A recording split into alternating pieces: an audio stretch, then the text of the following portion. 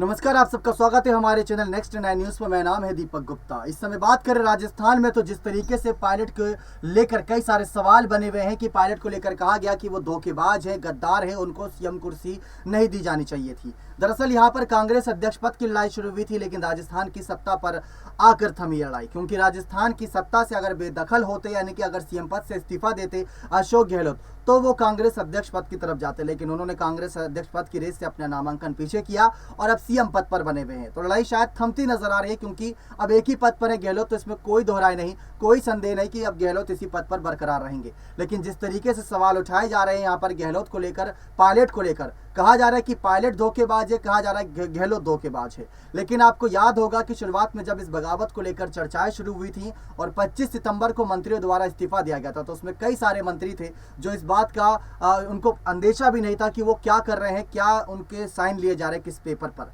बाद में जब पता चला कि इस्तीफा दिया है, तो कईयों ने यहाँ पर इस्तीफा वापस भी लिया सीपी जोशी से। लेकिन आपको बता दें, ऐसे 2 ही 3 नाम थे, उसके बाद ज़्यादा नाम मीडिया में सामने आए नहीं। लेकिन प्रीति जो थी, प्रीति विधायक, वो आपको याद होगा, इससे पहले भी हमने अपनी रिपोर्ट में आपको जानकारी दी थी। लेकिन उनका एक बयान बहुत गौर करने वाला था। उन्होंने एक साफ कहा था कि पायलट जैसे उम्दा और काबिलियत भरे नेता को अगर गद्दार और धोखेबाज कहा जाता है तो आंखें भर आती हैं। क्यों? क्योंकि पायलट जितना ईमानदार, पायलट जितना कह सकते हैं निष्ठावान कार्यकर्ता एक कांग्रेस मतलब किसी भी पार्टी को मिलना असंभव जैसी बात है। तो प्रीति के यही शब्द थे कि गद्दारी, धोखेबाजी जैसे शब्द पायलट के आगे लगाए जा रहे हैं।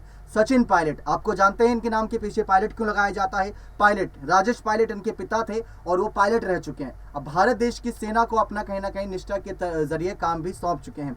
तो ये गौर करने वाली बात है कि जब राजेश पायलट ने भारत देश की सेवा करी थी सेना में रहते हुए, उसके बाद सचिन पायलट की भी कुछ ऐसी तस्वीरें हैं जो सेना की वर्दी में नजर आती है। तो आपको क्या लगता है कि क्या कोई ऐसा व्यक्ति जिसके साथ भारत देश के सम्मान भी जुड़ा हुआ है, वो अपने नाम के आगे या पीछे गद्दार, धोखेबाज लगवाना चाहेगा?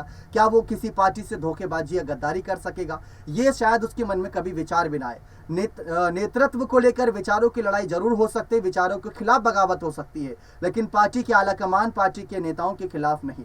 विचारों की लड़ाई में यहाँ पर बगावत और धोखेबाजी, गद्दारी जैसे शब्दों का इस्तेमाल करना बिल्कुल भी लाजमी नहीं। तो यही बयान कहीं ना कहीं महिला विधायक प्रीति के थे। और इसके बीच दिव्या मदेरणा ने भी यहाँ पर साफ कहा था कि विधायकों की सोच अब बदल रही है, विधायक आला कमान के कहीं ना कहीं समर्थन में जा रहे, क्योंकि आने वाले चुनाव भी उनको कांग्रेस पार्टी से ही लड़ने हैं। ये सारे सवाल अब सामने आए थे। तो एक एक करके जैसे जैसे राजनीतिक तौर पर यहाँ पर कई सारी हकीकत सामने आई, तो वो हकीकत भी चौंका देने वाली थी कि पायलट धोखेबाज और गद्दार नहीं है। पायलट बल्कि चाहते हैं कांग्रेस पार्टी का अस्तित्व राजस्थान में इतना बेहतरीन बने कि उसका किसी के पास भी जवाब ना हो। विपक्षी पार्टी बीजेपी हो, सपा हो या बसपा हो, कोई भी पार्टी हो, सबका मुंह तोड़ जवाब देते नजर आए। पायलट का ये रणनीति रहता है। तो पायलट धोखेबाज और गद्दार तो बिल्कुल नहीं रह सकते।